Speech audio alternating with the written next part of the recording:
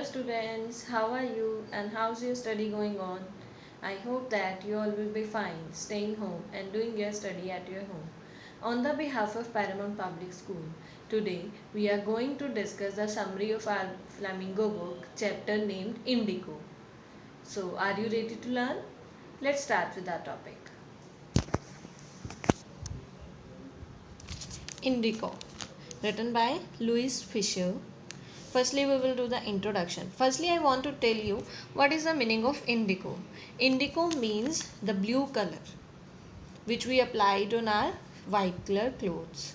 In this story, Louis describes Gandhi's struggle for the poor peasants of Champaran who were the sharecroppers with the British planters. Now, this Champaran is situated at the foothills of Himalaya, and the sharecroppers mean the peasants or farmer who do the cropping on the estate of any other owner by dividing it into piece. These sharecroppers led a miserable life and were forced to grow indigo according to an agreement. They suffered a great injustice due to the landlord system in Bihar. Students, I want to tell you that wherever indigo is planted, the soil become less fertile because of indigo and blue, so it is not beneficial for farmers to grow indigo. And but as per the landlord system in Bihar, they have to grow indigo as per the agreement. Now, Gandhiji waged war for about a year against their atrocities and brought injustice to the poor peasants. Atrocities means that the bad behavior or condition. After that, it helped the peasants to become courageous and aware of their fundamental rights. Moreover, Gandhiji didn't just work to tackle political or economic issues, but he also took up social issues. He worked to provide them with education, health, hygiene, and taught them self confidence.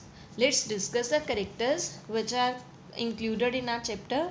First one is Rajkumar Shukla, a sharecropper; Charles Ferrer Andrews, a follower of Gandhiji; Kasturba Bai, wife of Gandhiji; Devdas, youngest son of Gandhi.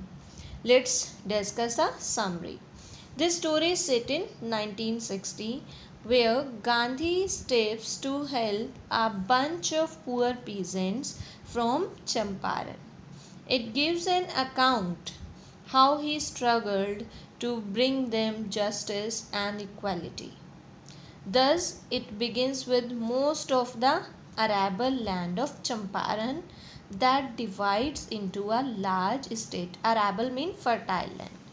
The owner of the estate are Englishmen and the workers are Indian tenants.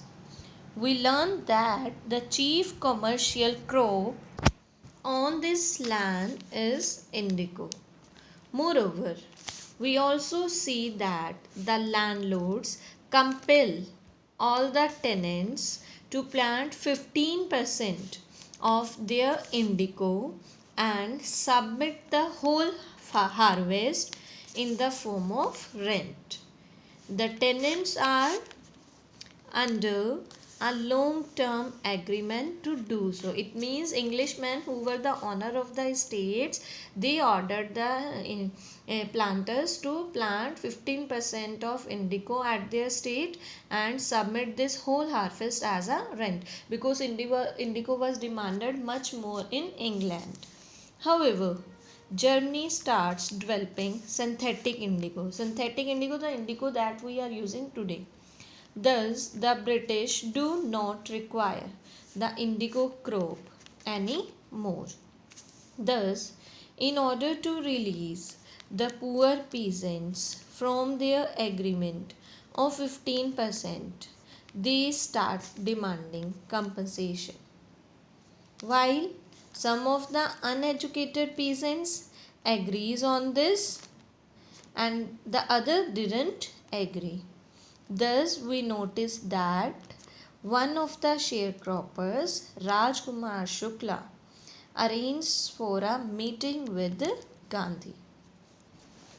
He meets him for the same issues and insists Gandhi to visit the place to end the long standing injustice. Gandhi agrees and boards a train to Patna in Bihar. After that, Rajkumar Shukla helps Gandhi visit the house of Rajendra Prasad, a lawyer and the former president of our India.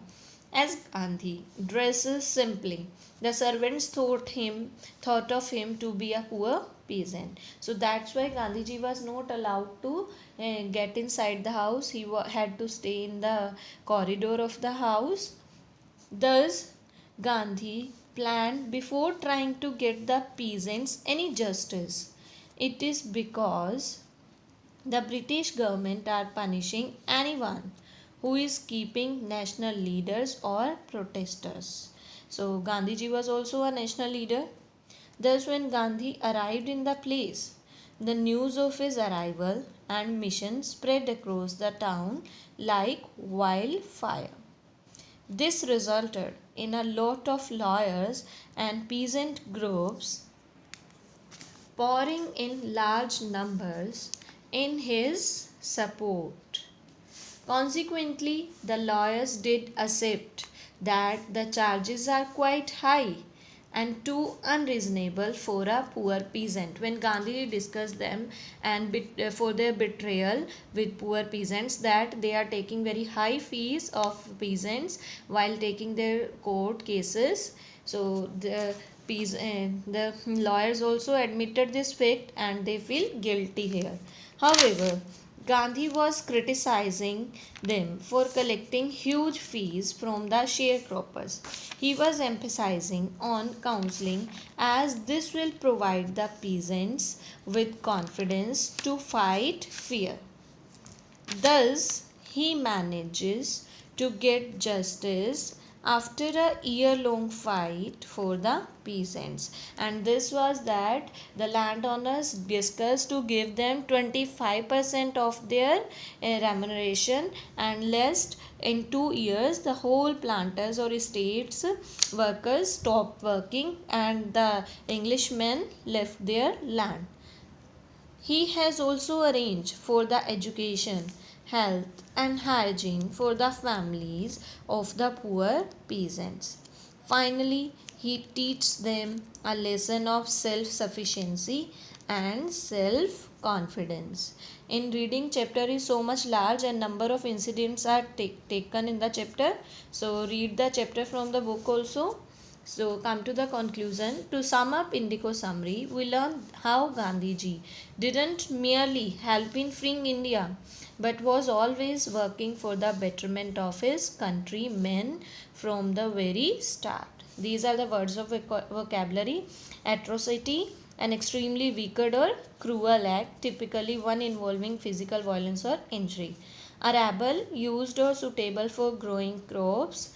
Tenant, a person who occupies land or property rented from a landlord. I hope students you understand the summary. Thank you. Thanks for watching.